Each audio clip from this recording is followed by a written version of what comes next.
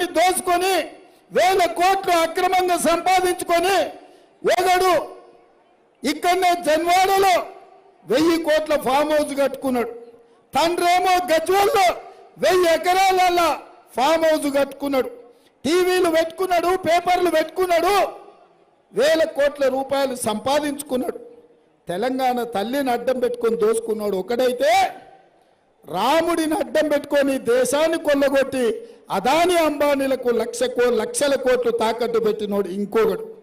నేను అడుగుతున్నా, దళితులు గుర్తొచ్చిండ్రా మీకేనాడన్నా? గిరిజనులు గుర్తొచ్చిండ్రా?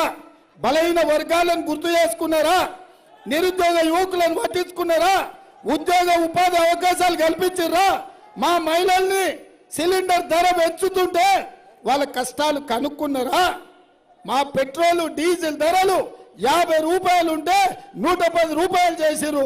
మా పిల్లలు సైకిల్ మోటార్ల పెట్రోల్ ఎట్లా పట్టించుకుంటారో ఎప్పుడైనా ఆలోచన చేసిరా? పీజీలు పిహెచ్డీలు చదువుకున్న పోరలు అశోక్ నగర్లను, దిల్సుఖ్ నగర్లను, అమీర్పేట్ చౌరస్తాల్లో నిరుద్యోగ యువకులుగా తిరుగుతుంటే వాళ్ళకి ఎప్పుడైనా ఉద్యోగ ఉపాధి అవకాశాలు కల్పించాలని ఆలోచన చేసిండ్రా? మరి 10 ఏళ్ల తర్వాత మళ్ళీ ప్రధానమంత్రి వచ్చి 3వ ఓటు వేయమంటుండు. ఎందుకు వేయాలన్నా నీ కోటు? ఏం చేసినామని వేయాలి?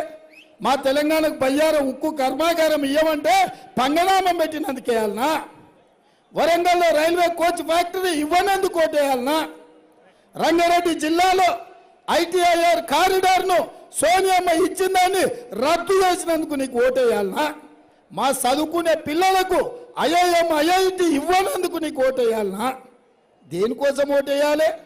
మా కందుకూరుకు మెట్రో ఇవ్వనందుకు ఓటేయాలనా? లేకపోతే మాకు మూసి రివర్ ఫ్రంట్కు నిధులు ఇవ్వనందుకు ఓటేయాలనా? దేనికోసం ఓటేయాలి? ఎందుకు వేయాలి? బీజేపీ వాళ్ళకు ఏం చేసిరని? మరి ఏం చేయనప్పుడు ఓటు ఎట్లా అడుగుతారు? ఈ తెలంగాణలో అడిగే హక్కు బీజేపీలకు ఉందా? సోనియమ్మ తెలంగాణ ఇస్తే పార్లమెంటు తలుపులు బంద్ చేసి తెలంగాణ బిల్లు పాస్ చేసి తల్లిని చంపి బిడ్డను బతికించిందంటాడా నరేంద్ర మోడీ?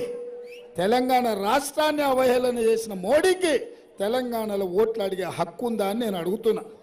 అందుకే మిత్రులారా, బీజేపీ వాళ్ళను పొలిమేరలు దాటే వరకు తరమండి. ఎవరికి ఓటు హక్కే అడిగే హక్కే లేదు. ఇక టీఆర్ఎస్ వాళ్ళు కేటీఆర్ అంటున్నాడు వీళ్ళు 5-6 గ్యారెంటీలు అమలు చేయలేదని. నేను ఎక్కువ చెప్పదలుచుకోలే కానీ ఒక్క మాట చెప్పదలుచుకున్నా కేటీఆర్కు.